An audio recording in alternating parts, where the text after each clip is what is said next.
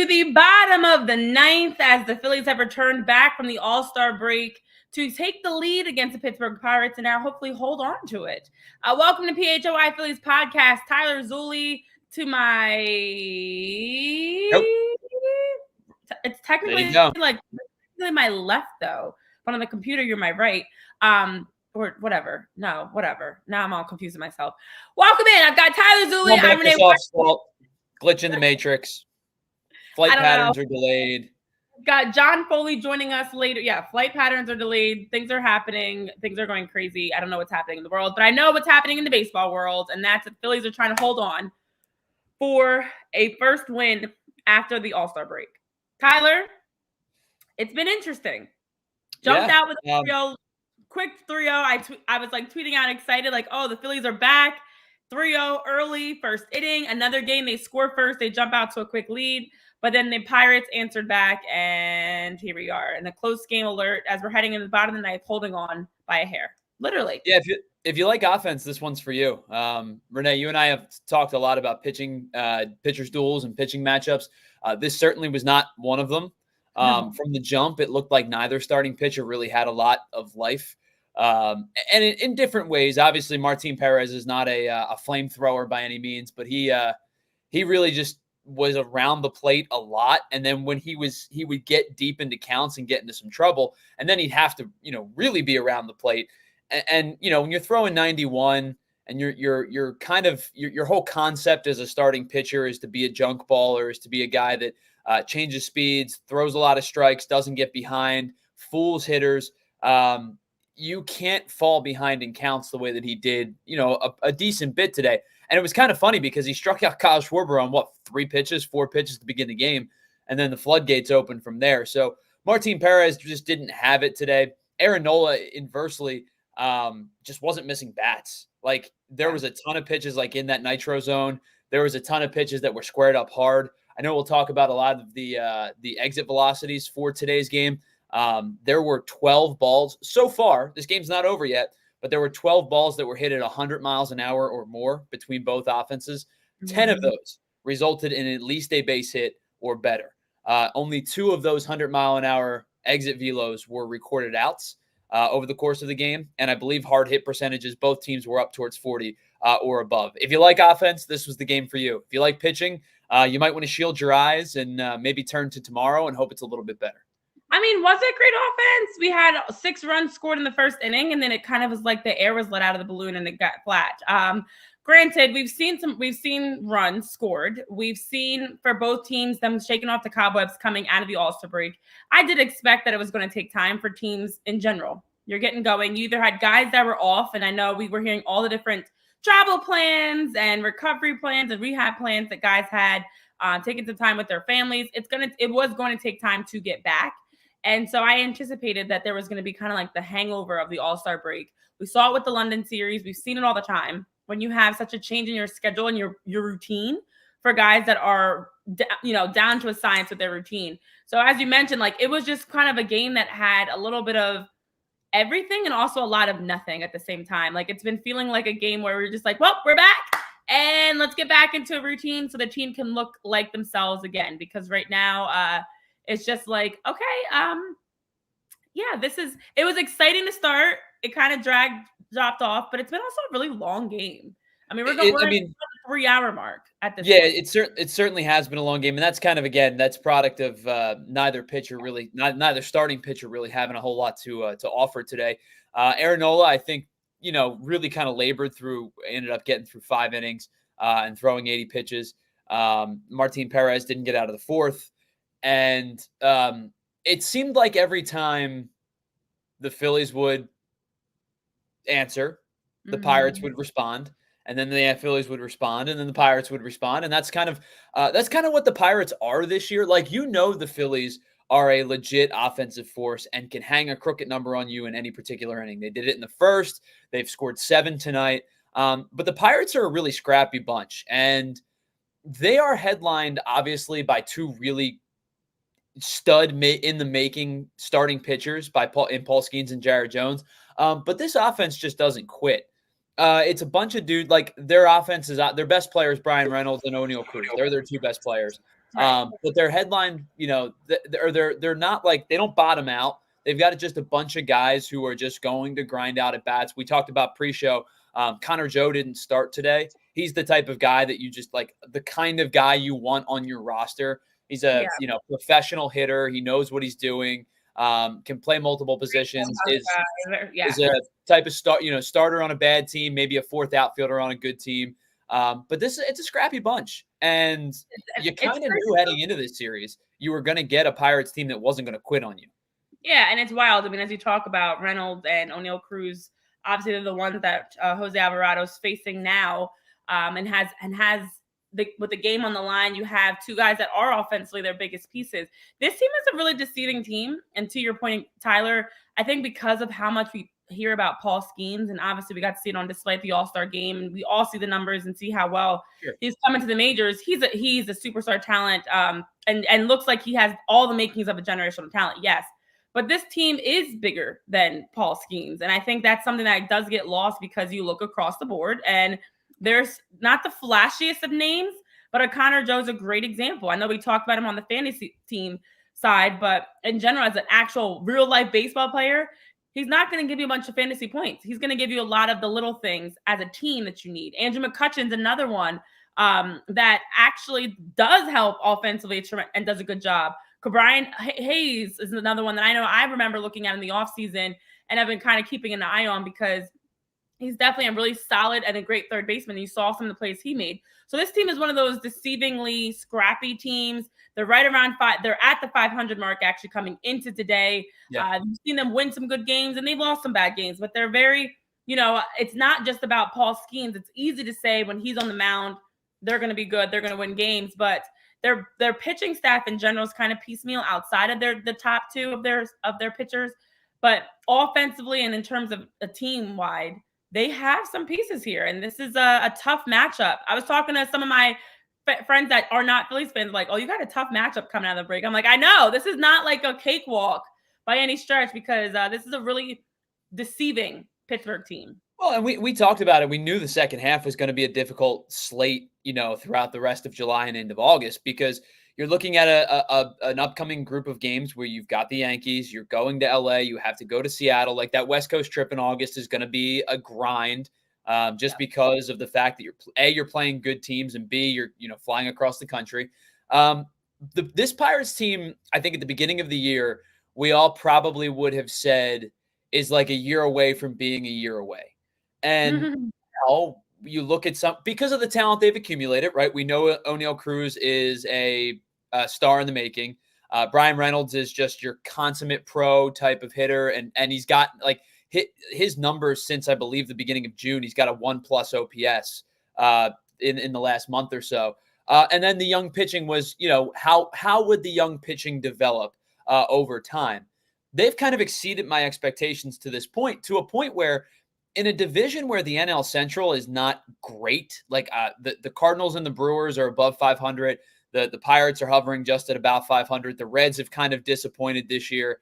They're a team that might consider like soft buying at the trade deadline in terms of like, I don't think they're going to push all in because their young core is still developing, but I do think that they're a team that may go acquire some assets to potentially make wild card / NL Central push, where maybe we didn't expect that in 24 and we were thinking more 25, 26 for this team to start to kind of put it together.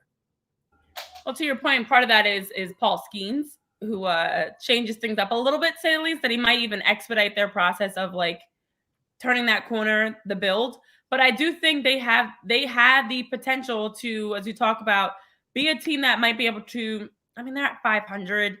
Where the NL is right now in general with like the Mets, the Nationals, the Pirates, the Cardinals, like all those teams, they might have a chance to make a push. There's a lot of baseball left to be played, and you can't write anybody out.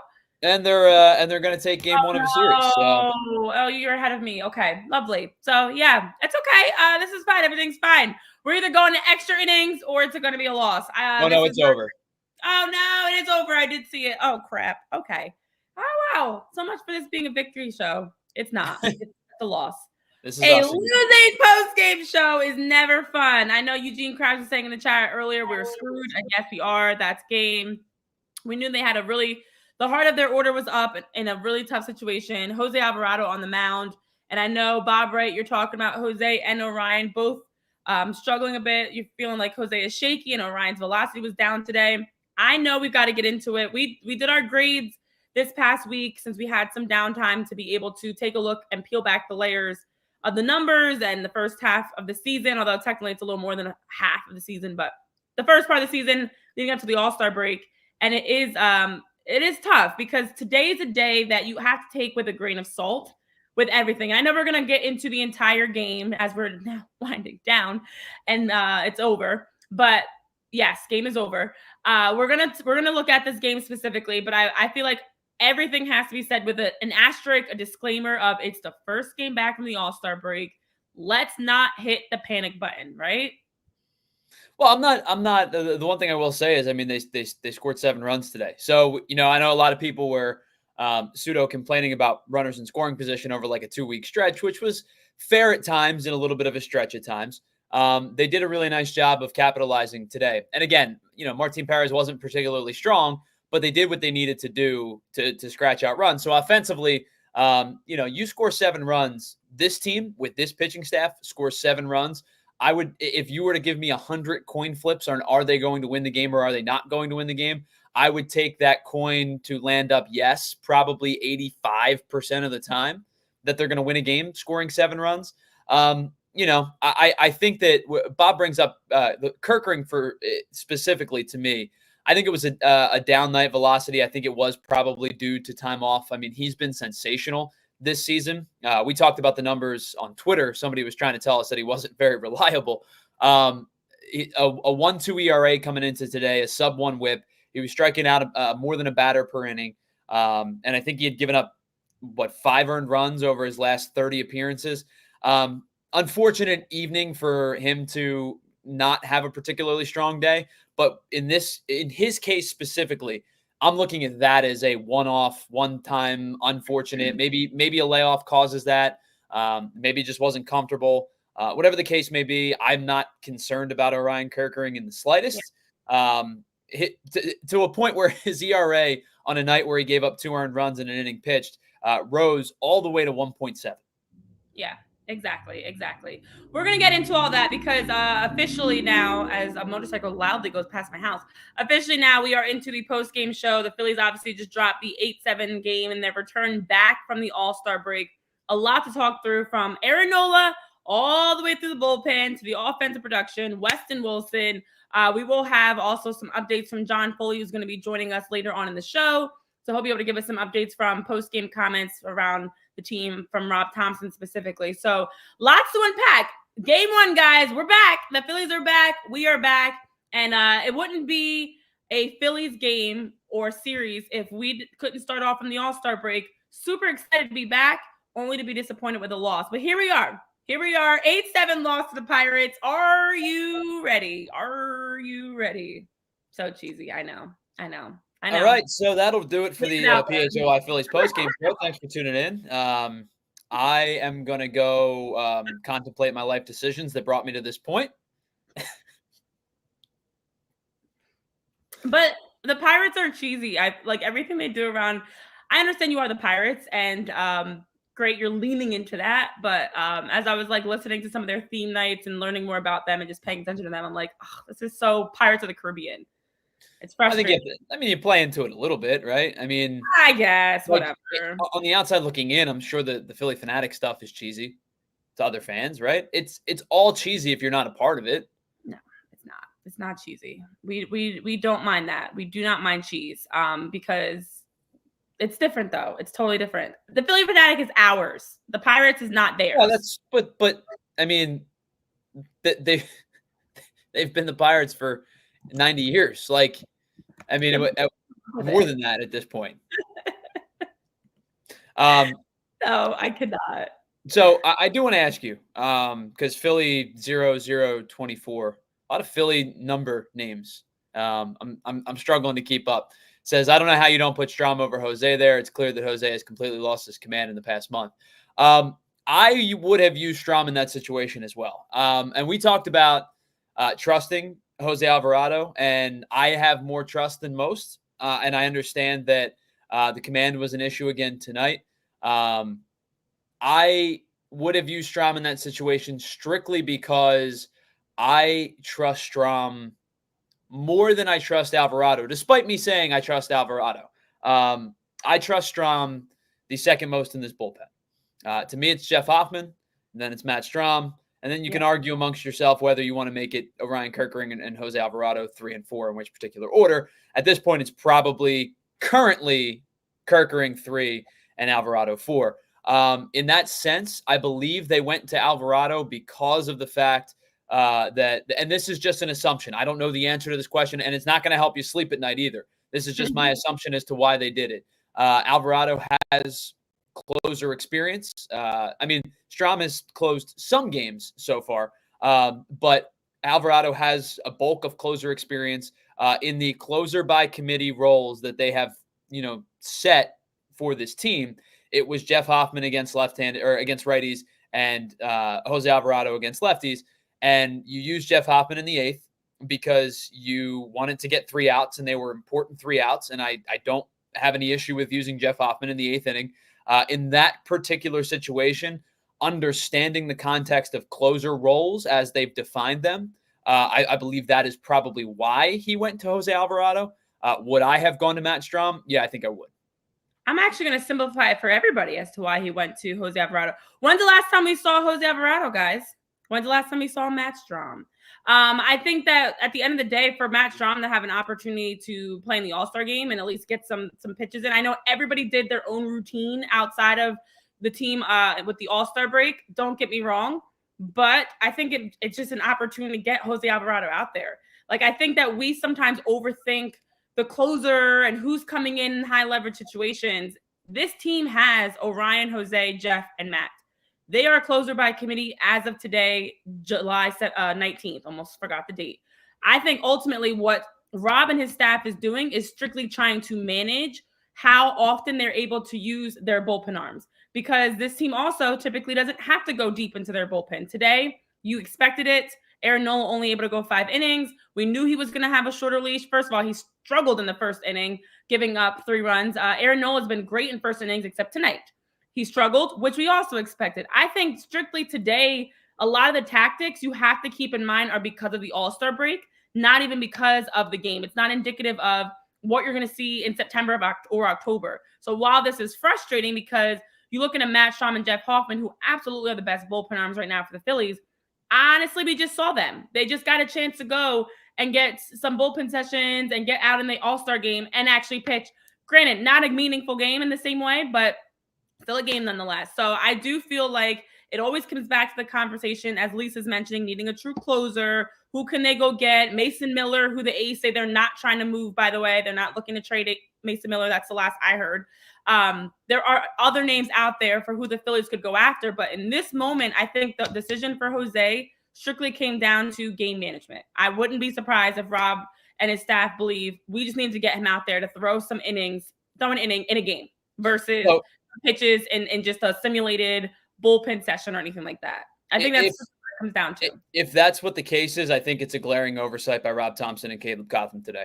I think that if you're doing it based on who needs work, that is not the time to bring in somebody that needs work. Who's been in that position? It's not like it's far-fetched to be in a high-level situation. You're not bringing in the difference. Somebody that's not used, like if Jose Ruiz was being rolled out there in the 9th, okay, that's an issue. But I don't think it's far-fetched for Jose Alvarado to come out in the 9th inning. Now, knowing what we know that they lost, it's also a lot easier to look back and say it shouldn't have been him. It should have been Matt Strom. But in reality, how many times do we see Jose Alvarado come out in the 9th inning and close out games just fine? Well, and that's kind of what I was saying earlier was the reason I believe that Jose Alvarado was in the game today, much like the reason that Jose Alvarado was in the game, is in a lot of games to close out, whether it's safe situations or not. And I believe he was 13 and 15 coming into tonight on safe situations. He has closer experience. He also has closer stuff. And the command has not been there. And you guys, I know you talked about it weeks ago, and I was hesitant because the numbers still backed up the fact that Jose Alvarado was pitching well, despite the fact that maybe the command was slipping a little bit. The base runner total over the last like 6 appearances or whatever the case may be, it does start to get a little bit more concerning.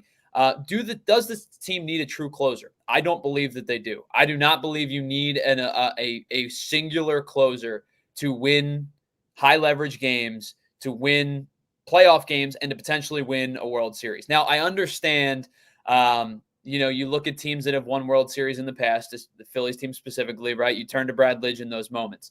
I don't particularly think you need a single solitary person to be your closer by definition. I think you need a bunch of guys that are elite in high leverage situations. They have 3 right now because Jose Alvarado is struggling a little bit. When you have him at his best, you have 4. Do I believe that they're going to acquire somebody at the deadline? I do. Do I think it's going to be somebody that they're going to plug and play as their closer? I don't.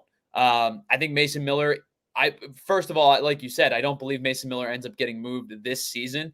The second piece is the asking price on Mason Miller is going to be ridiculously high, and I'm not moving Aiden Miller or Andrew Painter for a bullpen piece. As much as I think that obviously having him under team control would be significant, the guys that they're going to ask for are going to be too high. The type of player that I think that they do acquire is a closer on a bad team, but will not be a closer on this team, is going to be another high leverage bullpen piece. The guy I think they end up targeting is Carlos Estevez from the Angels. But that doesn't necessarily mean that if you go and acquire somebody that's a closer, that they're going to be your closer. They're going to be another piece to a high leverage back end bullpen. Definitely. Well, we've got a lot of that to get into because the bullpen absolutely is under the microscope after today. They've been under the microscope, whether it's a discussion on a closer, if another bullpen arm needs to be brought in. Obviously, even Aaron Nola specifically let's look at the pitching as a whole. We got to get into Aaron Nola. I know the boss is asking about Foley. Foley's doing his job. He's out getting the quotes from Rob Thompson postgame. We'll have him on the show after he gets a chance to give us some updates. But a lot of gambles that you have to take, a lot of betting on guys that you need to take, especially this point of the season, because trade deadline is coming up. You're looking to refine some decisions for this roster to have them able to make that push to close out the remainder of the regular season, continue to win, obviously close out winning the NL East, getting that first round bye. All these things are now things that, yes, we do need to start thinking about, but it's a lot of what ifs and hypotheticals, and overall, Tyler, just a big gamble. Yeah, you talk about a big gamble. Well, let me tell you something. If you want to get your gambling on, but you don't want to take a gamble on where you're going to do it, I suggest you hang out and head on over to the BetParx Casino. I can tell you this, by the time I'm done doing this read here for you about BetParx, I could be there. It's legitimately around the corner from my house. When BetParx came about, we thought it was an awesome idea. As soon as we all turned 21, 10 years ago now. I'm feeling like I'm getting a little bit older now, but as soon as we all turned 21, we all started heading over to the BetParx Casino because A, it's easy to get to for me personally living in Ben Salem, but B, it is my casino of choice because there is so much to do, not just gambling, of course, but you can have a date night if you want to have a night out with your friends. There's so much to do for you at the BetParx Casino. And again, it's my casino of choice. They now offer an epic $5 happy hour with great food and drinks every Wednesday through Sunday at the Liberty Bell Gastropub. You can enjoy $5 drafts of Forged Stouts, Victory Seasonal, or the Parks Pills.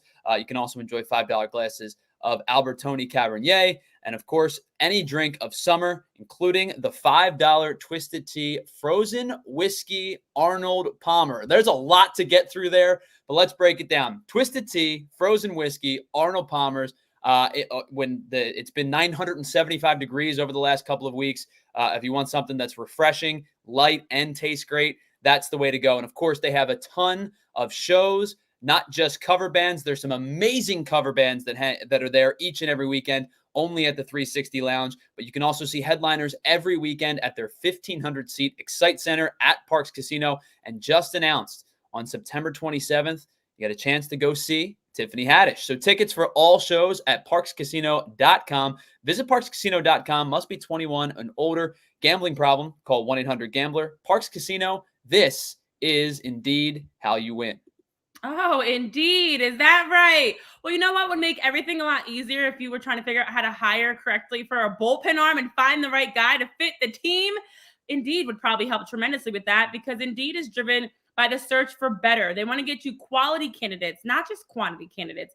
It's all about making sure that when it comes to hiring, you have the best way to search for a candidate, and to make it that you're not really searching at all. You're matching, and you can match with Indeed. I wish it was this easy for figuring out what the Phillies should do at the trade deadline, but Indeed makes it easy for figuring out what to do with your career. Whether you're looking for a job or you're a job that's looking to hire, Indeed is the best place to go. I've been on both sides of the hiring process working with Indeed, and it's phenomenal. They have said themselves they work with over 350 million global monthly visitors, according to their data. And that is as a search engine, allowing them to find quality candidates that best fit each job. Indeed doesn't just help you hire faster. 93% of employers also agree that Indeed delivers the highest quality matches compared to other job sites. That's, of course, according to some other surveys. So Indeed's been crunching the numbers, and they've got the data to back up the work they're already doing to provide you with quality candidates for any job that you're looking to fill. So for our listeners of the show today, if you're maybe a part of a company or business that's looking to hire, well, as a listener of our show here at PHLY Phillies podcast, you now can get a $75 sponsored job credit when you take advantage of this opportunity to get your jobs more visibility at Indeed.com/AllCity. Just go to Indeed.com/AllCity right now and support our show by saying you heard about Indeed on this podcast, PHLY Phillies podcast. That's Indeed.com/AllCity. Terms and conditions do apply. And if you need to hire, you need Indeed.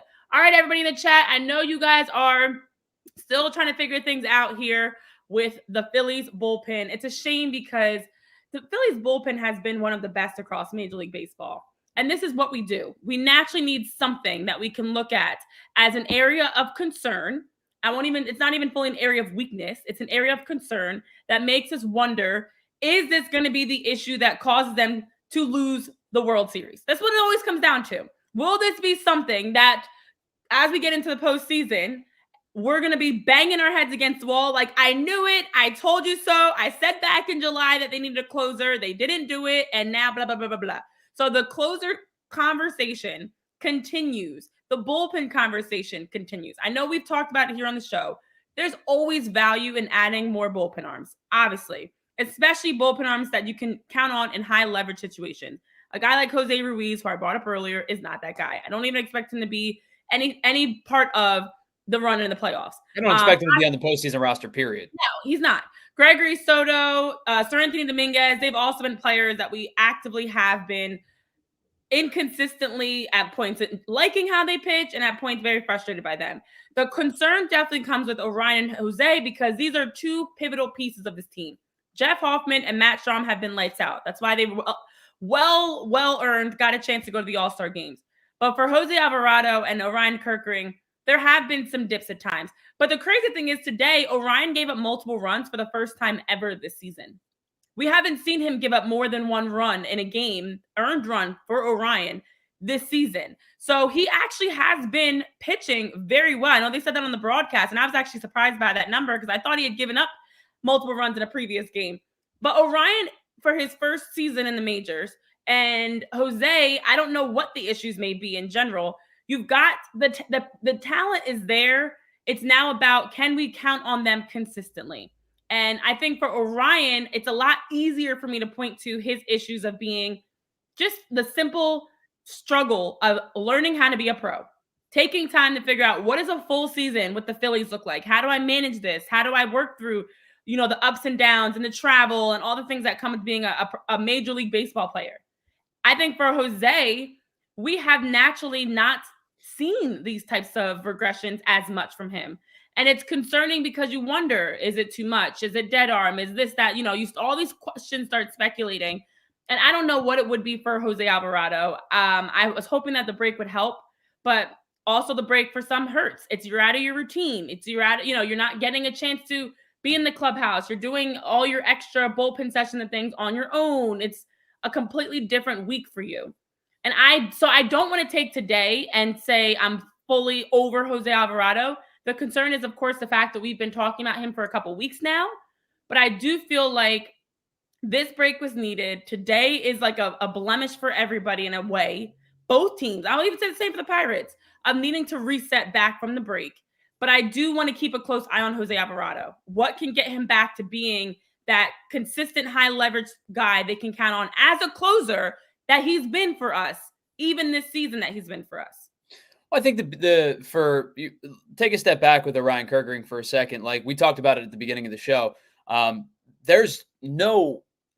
was a bad night. It is what it is. Like he has been, if you stretch out chop up like every individual, stopping point on any type of, stat website, whether you use MLB or Baseball Savant or Baseball Reference, it's like he has been the pinnacle of consistent for the entirety of the season. If you go to the last 7 game sample size prior to tonight, I believe he had thrown like 6 consecutive scoreless outings, and then you go to 7 and it's 1 over the course of, like we said, you stretch it out to 30 appearances. He has been about as consistent as you possibly can ask for. He's given up 5 earned runs over 30 appearances. Every metric he has indicates that this isn't like, he's running into some luck. He's missing bats. And when I say missing bats, I don't necessarily mean like he's getting a ton of swing and miss, because his whiff rates are good. They're at like the 60th percentile. But what I'm talking about is like he's not getting barreled. He's in the 82nd percentile. He's not giving up hard hits. He's in the 90th percentile. Like you talk about ground ball pitchers, he's become an extreme ground ball pitcher. 92%. He's keeping the ball in the yard. His fastball velocity is up at averaging 97. His exit velo is like in the almost to the 90th percentile.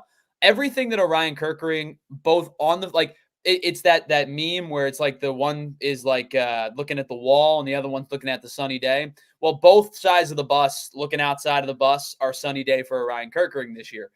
The metrics, the nerd stuff tell you he's been great. The eye test, the stats, like that guy's pitching well, tells you he's been great. The maturation of Orion Kerkering for his first full season as a major league reliever gives me so much excitement, because you have another guy.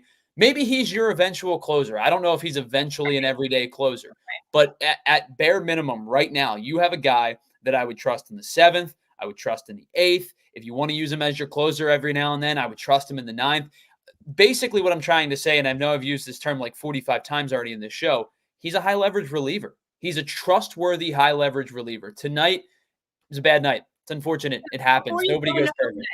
Before you go into Jose, I have to add, because I thought the numbers were what I thought. I thought what I thought, but I needed to go double check and take a look back.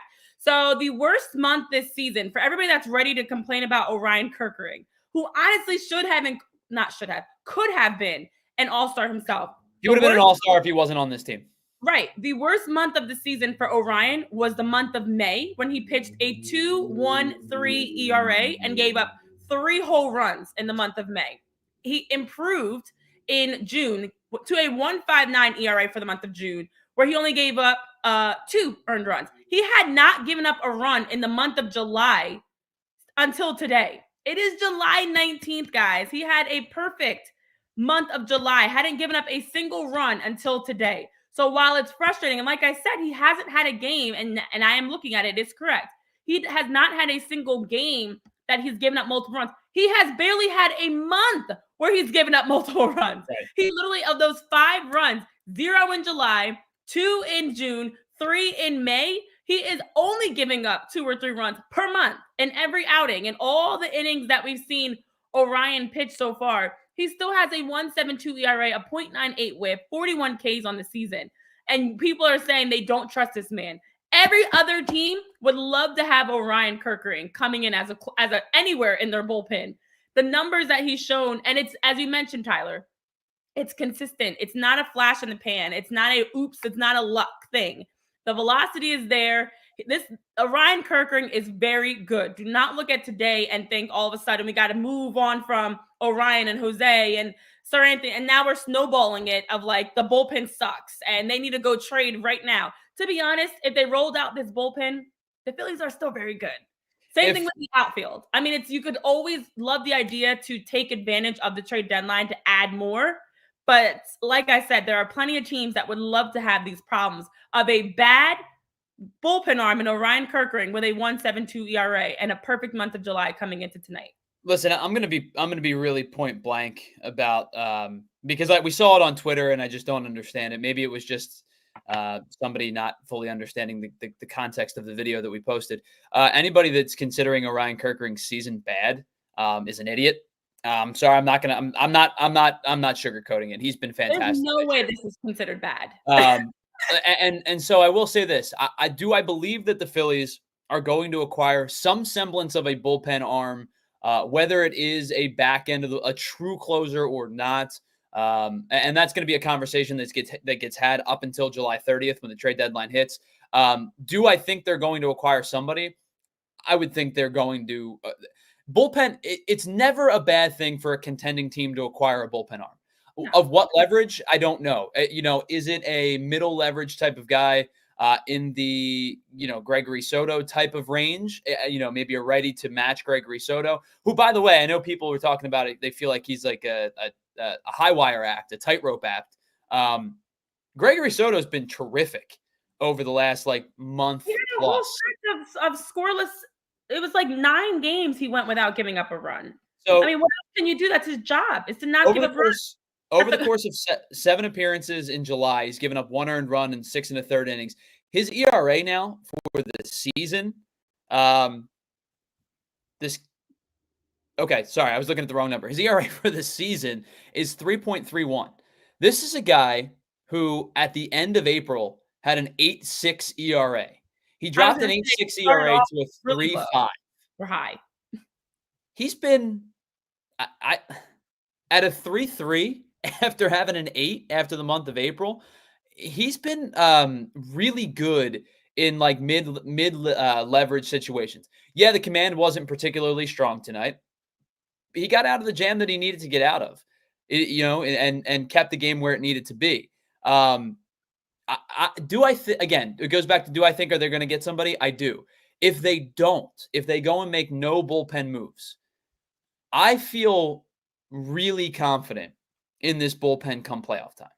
Would I feel more confident if they acquired somebody? Of course I would. You always would. Again, it's relief pitching is something that all good teams should aspire to, just stack the back end of their bullpen. But if they went into a postseason run with your high leverage 3, even if you didn't trust Alvarado the way you trusted the other 3, your high leverage 3, I would feel good. I would feel great if they get somebody else. I would feel good heading into a postseason as is.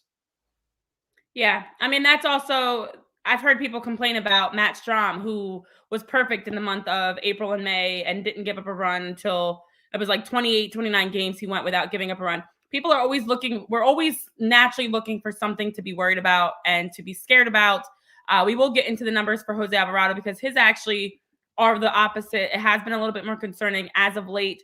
And you know what, guys? When you have all these types of concerns, I'm sure it makes you want to crack open a nice Miller Lite, right, Tyler?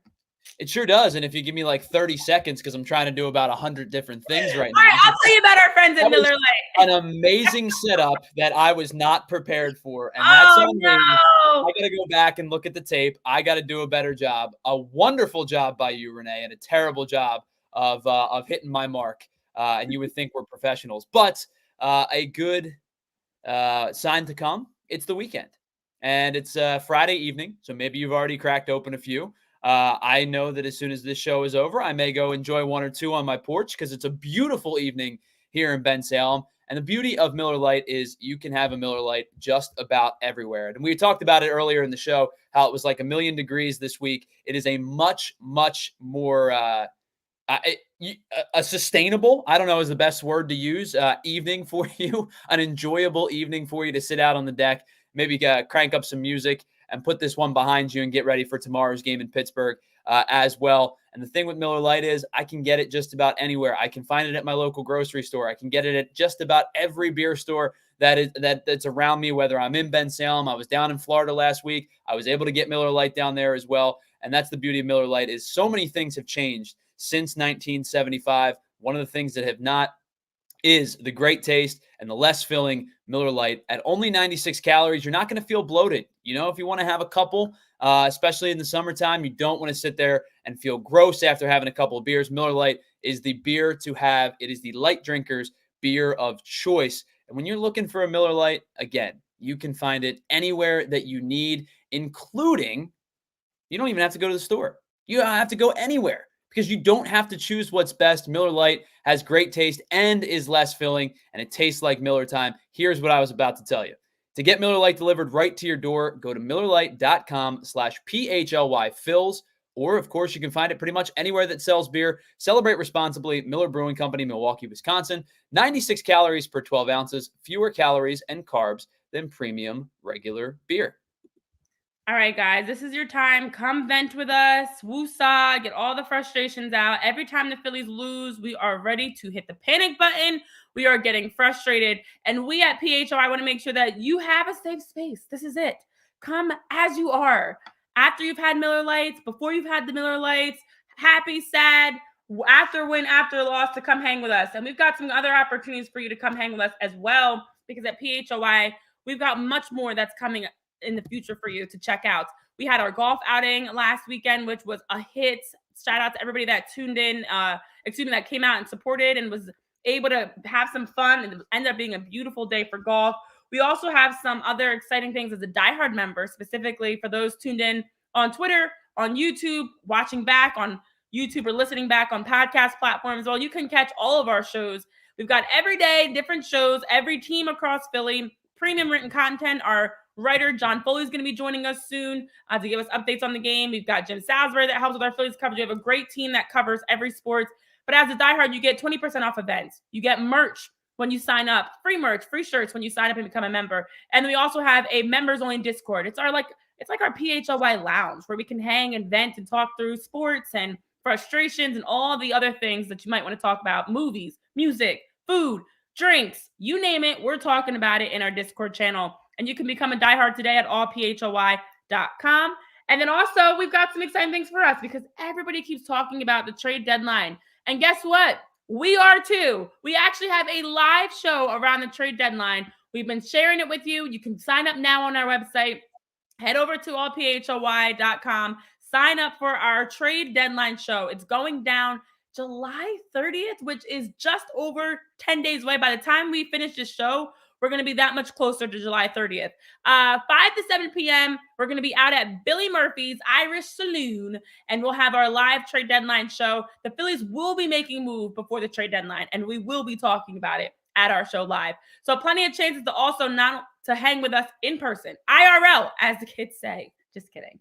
But chances to hang with us, have some fun here on our social media platforms, on our shows and our Discord, and also at our events. All right, we've got lots to get into, and time is ticking. You guys are like doing roll call every time you come to the show. Where is John? Where is Jamie? Where is Bob? Where is Jamie? Jamie has been banished to the shadow realm.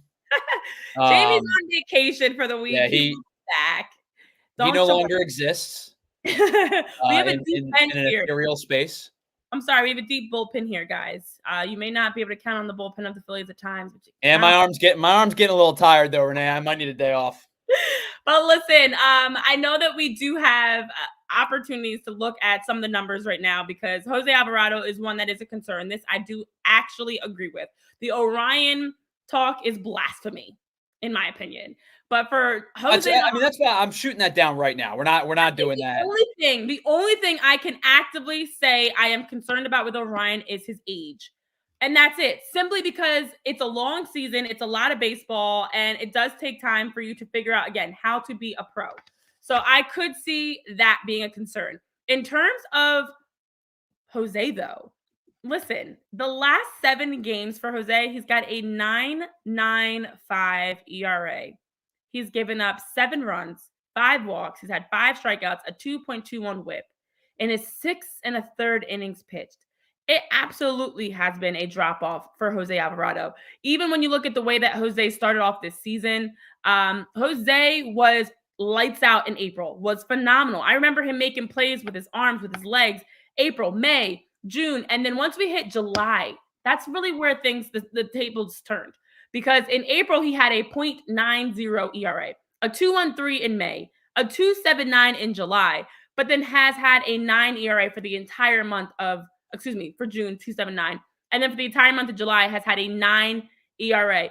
the dip has happened when the calendar switched to July 1st. For whatever reason, he has struggled. It has not been great. We are aware of that. And I know everybody keeps saying, why did Rob put Jose in that spot with him struggling? Sometimes managers, and I'm not in Rob's head, I don't know, and we're going to get to some comments from Rob specifically in a moment with John joining us. Sometimes managers like to do the opposite, and I don't always agree with it. I'm not saying it's the right thing to do, of instilling confidence. I trust you. You've been in this situation before. Go out there. Let's build that confidence. See if you can get out of this game, feel good leaving the mound, send it into, either hopefully just a win or at the very least extra innings. And Jose didn't do it. I don't know why Rob did what he did, but hopefully John Foley does. So let's bring in our guy, John Foley, who had a chance to catch some of the comments from Rob post-game. John, I know everyone's complaining. I know Greg saying it felt forced. We're not happy with the Jose decision at the end. Was there any comment from Rob post-game around Jose Alvarado in general, or any late game decisions?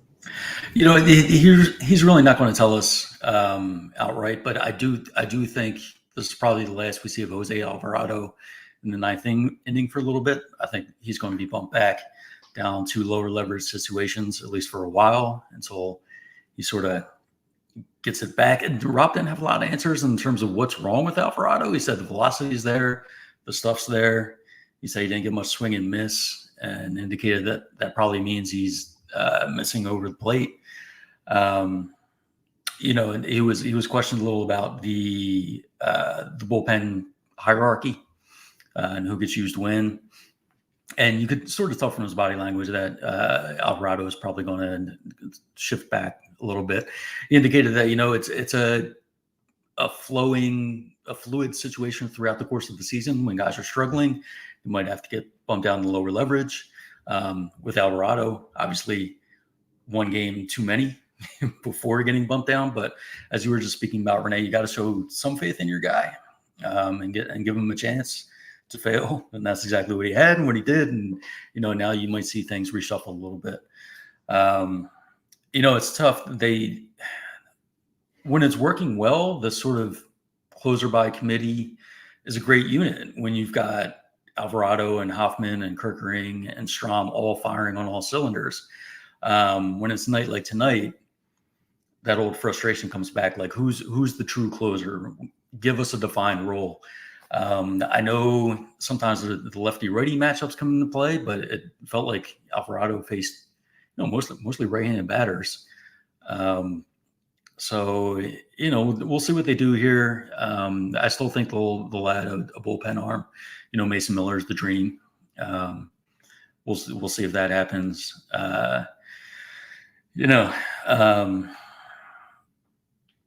It's just a tough one. It's a frustrating night all around. Nola was frustrating right out of the gates.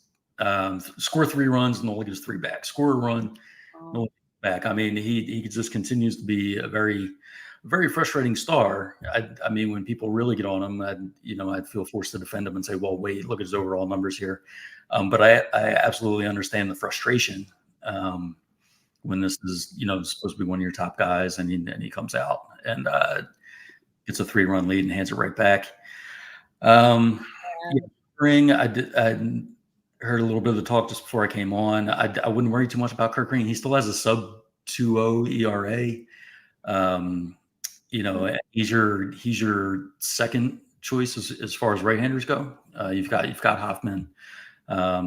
So it does make me think that if they're worried about Alvarado long-term, that they might steer more towards a lefty piece for the bullpen than a righty arm.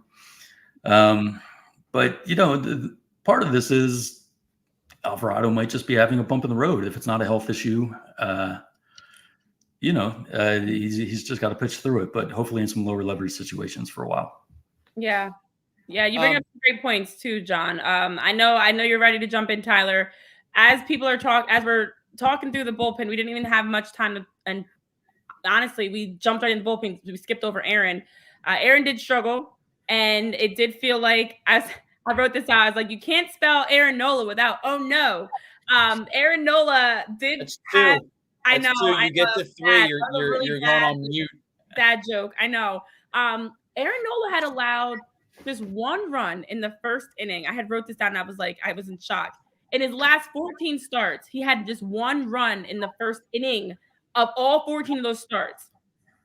Okay. Tonight, he gave up, of course, 3 against the Pirates. And like you mentioned, John, it was up 3, give up 3. You know, they had 2 times that the Phillies were up by 3 runs and blew the lead.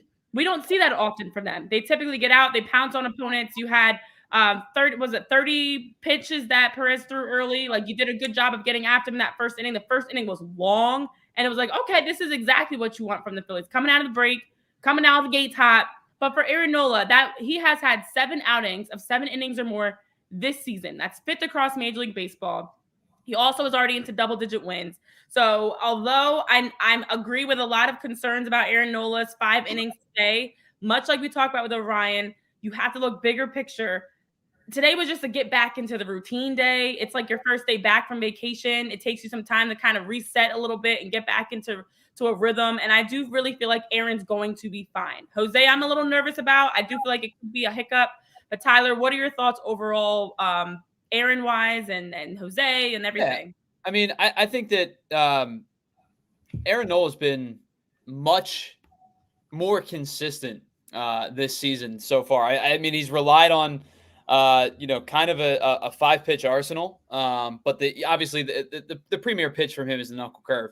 But I think he has kept the ball down a little bit more, especially with the breaking ball. I could probably pinpoint 2 bad starts this year so far. That just off the top of my head, it was this one, and I don't believe if I remember correctly, he was not particularly sharp against Boston at Fenway a couple of weeks ago. But I think that overall, Aaron Nola has been pretty serviceable this year, and probably better than. I think I'm maybe even selling the guy short a little bit. Overall, I think that the mid-3 ERA is kind of where I expect him to be. He's going to log a ton of innings for you. He's going to be at about a strikeout per inning, if not better. The whip at a 104 coming into today is really, really solid, especially for a guy who we know doesn't throw terribly hard. His average fastball is about 92 to 94 normally. But he's not. It's another guy he's not getting barreled. He's not giving up a ton of hard contact. Tonight he wasn't particularly strong. We talked about it. He didn't miss any bats. He was over the plate a lot today. And it was a Pirates offense that is improving as the season goes on. They did a nice job of jumping on him. It's unfortunate that when your offense provides you a 3-0 lead in the top of the first, you hand it right back. But I think that the overarching conversation on Aaron Nola this year is he's been really good. Has he been Zach Wheeler good? No, but how many people have been Zach Wheeler good across Major League Baseball? I think Aaron Nola has been pretty good this year. A bad start tonight. Unfortunate start because, again, we talked about it, John. We were talking about it before you got on. When this team scores 7, they're going to win like 95% of their games. Yeah. Absolutely. The starting rotation is still in great shape. They've slipped a bit from, the extreme dominance that they had early in the season. Ranger Suarez finally given up some runs. Nola had a bad game tonight. I don't think you worry about the rotation. I see the comment here about Nola being a number 3 starter. He might be your number 3 starter in the postseason if Suarez keeps. If he has a second half similar to his first half, you might go Wheeler, Suarez, Nola, and he is your number 3. And then you got Sanchez waiting in the wings. So I think you're in good shape with the starting pitching. I wouldn't worry too much about Nola. He is frustrating. He's just a frustrating player. Rob was asked about him tonight. And then it was a little bit of a frustrating answer. He said, well, it's 7 days rest. Maybe he's a little rusty. But we all thought rolling into the break, it looked like the team needed rest, right? Yeah. We were like, okay, well, they're tired. They're just rolling towards the end of the break. You get beat 18-3 by the Athletics. Rest up, regroup, come out of the gates hot. And for half an inning, it looked like they did. And they took that 3-0 lead. And then, Nola gives it back. And it's, I don't know, the rest talk, it always seems to be, well, they're too well rested. Or, I mean, that came up with the bullpen. And Thompson was like, well, these guys hadn't pitched in a number of days. And then if they have pitched, then it's like, well, they've been worked a lot. I don't know how you find that sweet spot. You know what? Devil's advocate for you guys, because I know we always get into the rest or rust conversation. And this, I actually was like, as the game is progressing, I was thinking, I'm trying to keep everything in a perspective. It's a very long season. And as somebody that's been a part of many long seasons myself as an athlete, I always try to flip the script of how this helps you as an athlete. This is the preparation for the playoffs. The London series, the All-Star break. Everybody obviously has to go through with the All-Star break, but this is that preparation. You have some guys that had a chance to go. Obviously, guys like Christopher Sanchez, you throw 2 pitches and you're done. You know, they're not going to the All-Star game and they're playing a lot. Alec Boehm had to do a lot, obviously, with the home run derby. But I think these types of moments are the moments the Phillies need. So while it's extremely frustrating to see them drop the series to the A's and get wiped up and down the field, and then come out and lose to the Pittsburgh Pirates, who are now over 500, by the way. They are an over 500 team with the win today. So if we're playing the whole schedule, frustrating issue, they are over 500. You come out of that, and these are the types of things that you need to learn from. And something that we actually haven't even talked about because we've been so fixated on the bullpen and Aaron Nola and pitching overall and the struggles of what they should do is at the end of the day, offensively, how are we feeling about this team offensively with this right-handed lineup? I was taking some notes because we obviously have been seeing with Weston Wilson, who shout out to him for getting his first home run in the big leagues of the season. For Weston Wilson, that 384-foot bomb was great. Got good hits tonight, good at bats. That was just the 11th home run hit by a Phillies left fielder this season with Weston Wilson's home run.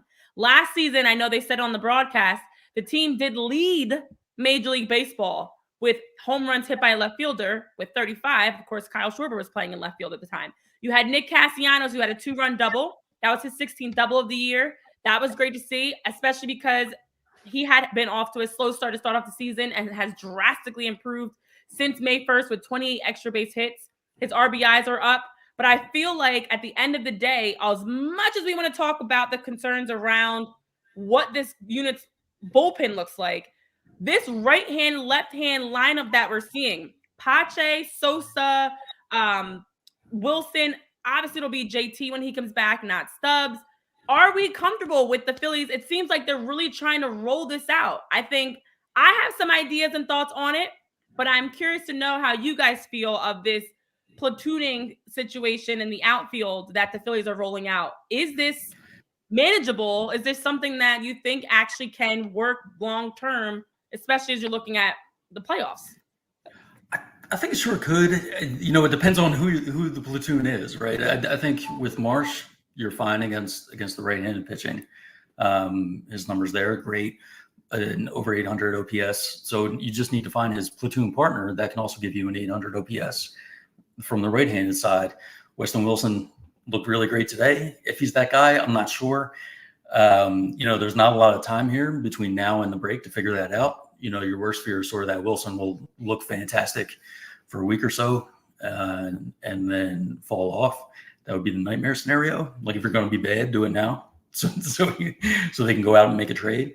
But you have to get some production out of that left field spot, especially since the center field spot, you're not going to get much offensively out of Rojas. He'd still bring value to the team defensively, but he's not going to be hitting a lot of home runs. So you got to get some power over in left field.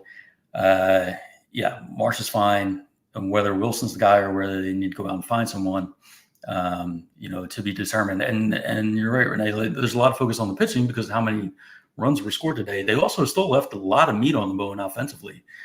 Still 11 runners left on base. I think maybe 3 for 11 with runners in scoring position.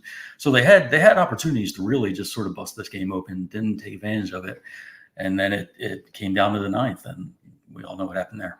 So I think that the platoon to me is becoming more and more evident that it's going to be a left field platoon. And you figure center field out as you go. I think that you're going to see a bunch of different guys in center field over the course of the next 60 some odd games. You're going to see Rojas. You're going to see Pache for as long as he's here, which I particularly don't believe is too much longer. You're going to see some Marsh. But to me, I think that the platoon ends up being a left field platoon where Brandon Marsh hits against right-handed pitching and whoever that player that you bring in / Weston Wilson, which I think that if they're going to make a move, it would be for somebody who would play a corner outfield spot. and hit against left-handed pitching. We talked about it a lot this week. And I know it's a small sample size. Brandon Marsh can't hit lefties. And so you are beholden to the fact that you have a guy who can only hit against one side of one-handed pitchers. The other that's where the platoon rolls in. And, I know people have talked about 100 different options, whether it be a more consistent left fielder you take your chances defensively with a Brent Rooker, and then you can kind of platoon Marsh and Rojas in center. Or is it a Taylor Ward who's kind of come back down to earth over the last couple of weeks, and you platoon Marsh and Ward in left? And there's a million different options that people have brought up. Lane Thomas is another one with Washington. I don't know what the answer is in this particular regard, but I think if you were to ask me what's the platoon going to be, the platoon is going to be in left field. Yeah, I think ultimately what we are seeing right now is the Phillies are tinkering. This is that time. And I know, the Boz, I'm hitting you guys with the facts. I feel like right now we're so fixated on yes, the results are huge. Don't get me wrong. I do not like them losing. But I think the Phillies have set themselves up now to be able to try things. Like trying Jose in a high leverage situation and see, can we get you to be able to just go out there, games on the line, and you be that dog. And you can brings out the best of some players where you put them in a situation with the game on the line. And then, like you said, John, okay, maybe now after today, we dial it back and you just go out there in low leverage situations, get the confidence back, and we reevaluate. But the same thing with the offense, especially with having JT out, they were almost kind of forced their hand even a little bit more to get creative. Garrett Stubbs is not going to be someone that can ever replicate what JT did. Getting rid of Whit Merrifield, you needed to replace and improve with whoever you brought in. So Weston Wilson, Cody Clemens, whoever it is for this team moving forward, this is the time to tinker because, again, you've got some time before the trade deadline to see and exhaust all your options, figure it out, and then now by July 30th, which is not that long away, okay, we need to absolutely bring in a center fielder, a corner outfielder, a bullpen arm, all the above, whatever that may look like. But I feel like this is us getting so frustrated on not us, but us as a family getting frustrated on the results. But I think they're playing chess a little bit. I don't know. It just feels like not that they're getting complacent and cocky. I think you have a nice lead across the league. You need to figure out what are you going to do against lefties? What are you going to do against righties? What are you going to do if JT goes down? This is the time to figure out all these question marks that bolster your decision-making for the postseason. That's my thought on it. I hate to play devil's advocate. I think you're absolutely right, Renee. I mean, they're definitely figuring out what they got here. That's why they made the Merrifield move. See what you got in Weston Wilson. See exactly how bad your need is in left field. The frustrating thing about Alvarado, and I feel like that's the word of the night, frustrating, is that now if you go out and you find a bullpen piece, well, it's not adding and making you better than you were earlier in the season. It's just sort of a Alvarado replacement unless Alvarado gets himself right. And I think he will. I mean, the pitchers are going to have some bad stretches over the course of the year. It's always magnified when they're, a ninth inning guy. But these kinds of things are going to happen. I do think Alvarado will get right. There's no signs of injury.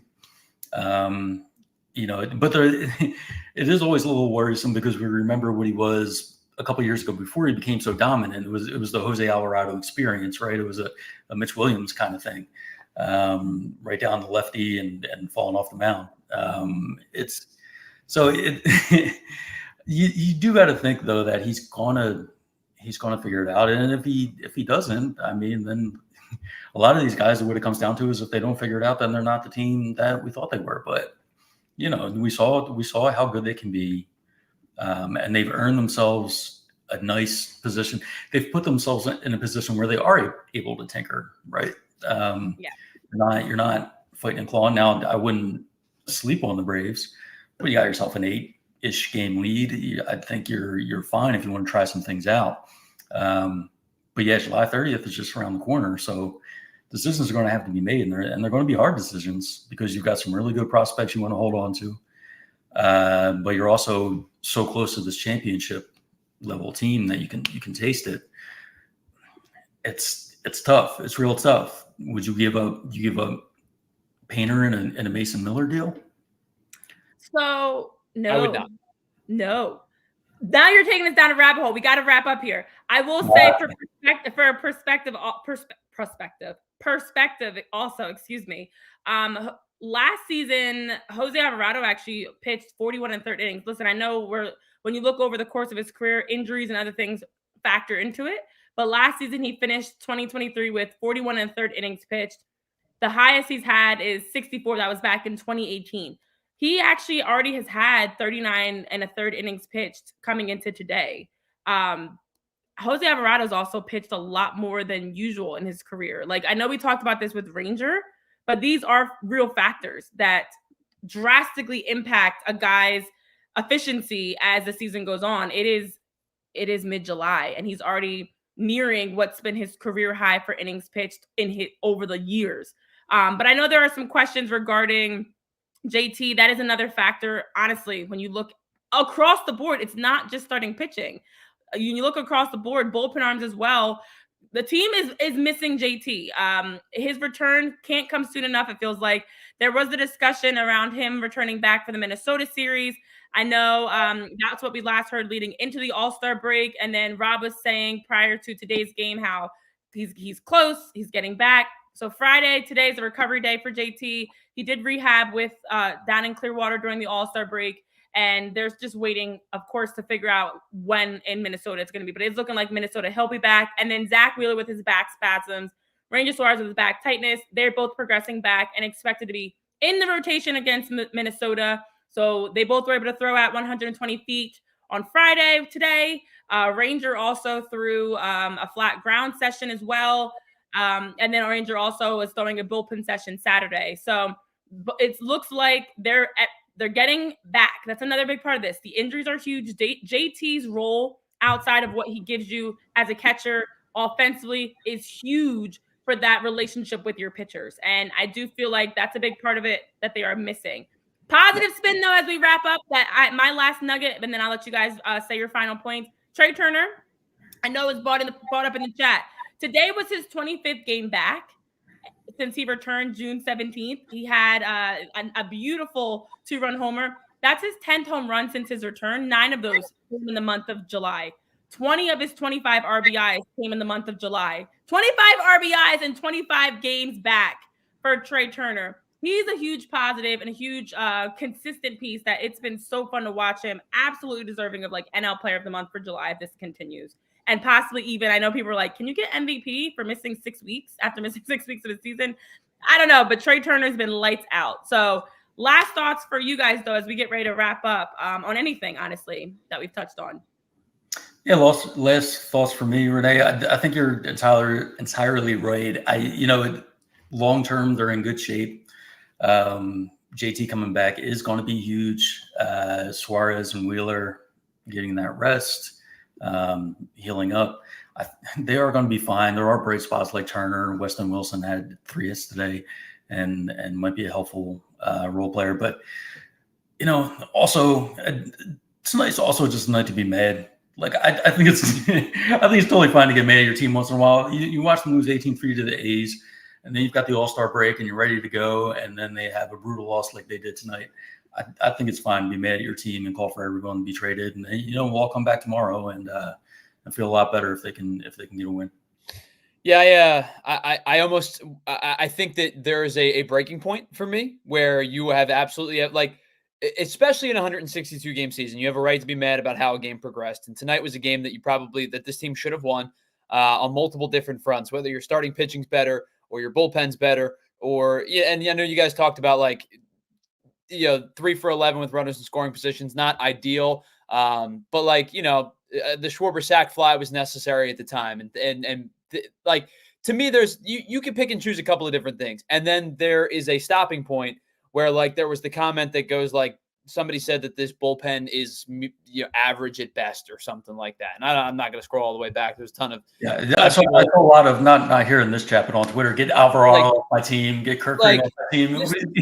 What are you doing? Average at best is such a slap in the face to a bullpen that just sent 2 guys to an All-Star game, and probably and John, we said this before you came on. Probably could have had a third if they weren't so loaded already.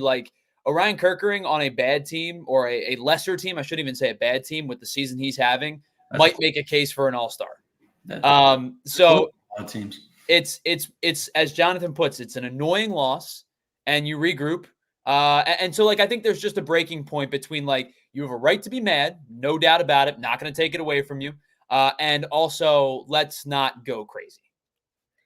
Right. I think that's kind of where I'm always trying to look at it. And I know even something as simple as Trey's streak since he's coming back from 6 weeks, because I agree with you, Barbara. He is a star. That's why he got paid. That's why they brought him in to help this team. And when you look at Trey Turner post ovation last year, he started off this season phenomenal, then gets hurt and is down 6 weeks.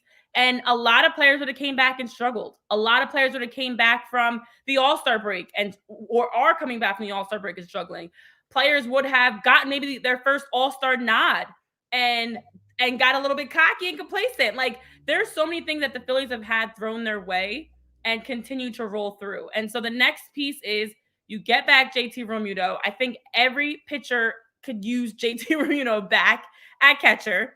I think for Zach and Ranger, they needed this time to definitely miss out on the All-Star game, go rest, get your back together. Jose needed this time to get himself together. Everybody needed this time to regroup.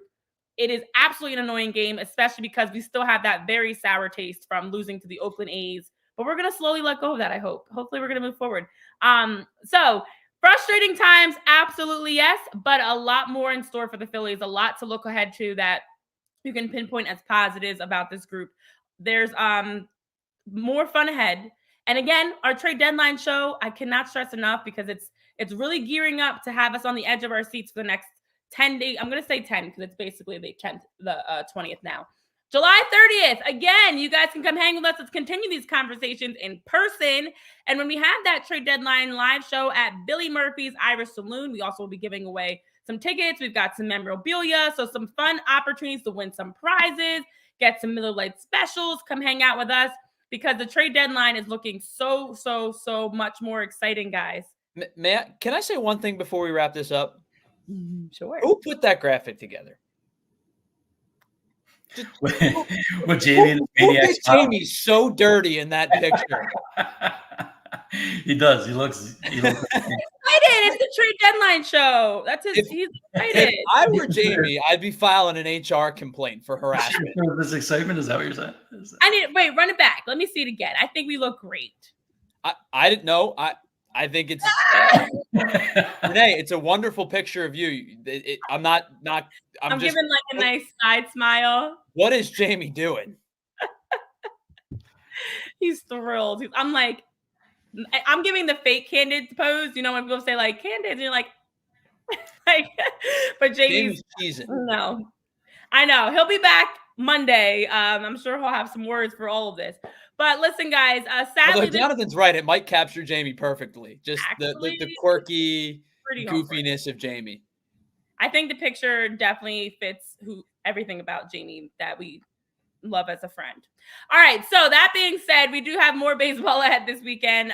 Sanchez back on the mound tomorrow. Christopher Sanchez, our number 4, who could be a number 1 or 2 for most teams, with a beautiful 7-4 record, 2.96 ERA, 87 strikeouts, goes up against, as of now, it's Luis Ortiz. Say that 5 times fast, actually. Luis Ortiz. What? It's like weirdly a tongue twister. Ortiz has a 4-2 record, a 2.84 ERA, 57 strikeouts. And then Sunday, it's Tyler Phillips back on the mound with his 1-0 record, 4.50 ERA. He's got 12 strikeouts going up against Marco Gonzalez, the left-handed pitcher, who is also 1-0 with a 2.45 ERA, 15 strikeouts. So hopefully the Phillies just go out, win the next 2 games of this series, and then we won't even be thinking about the Friday struggles of right now. Lots of baseball. And it's more opportunities for guys to win jobs. Trade deadlines around the corner. You know that does put pressure on players to know they have to earn and fight for their spot. And fighting for who's the closer, fighting for who stays, fighting for who's, a platoon piece versus an everyday guy. Like, all these things are in play. So I think we're going to be okay, right? We're feeling a win. We're feeling 2 wins tomorrow and Sunday, right? Yeah, absolutely. Especially tomorrow. Sanchez on the mound. Come on. Yeah. I would love to see if they didn't come out tomorrow ready to go. I'd love to see a strong performance. Perfect amount of rest, not too rested, not overworked. 2 pitches. Yeah. I would love to see a strong performance from Sanchez tomorrow. Obviously, the home road splits are telling. He's been much better at Citizens Bank Park than he has been away from it. Would love to see a strong, 6 or 7 innings from him tomorrow, just to kind of quell that one individual concern that some people have had for him. And if you get through this lineup twice and he's rolling, maybe send him out a third time. But I'd love to see him get through the lineup twice fairly successfully.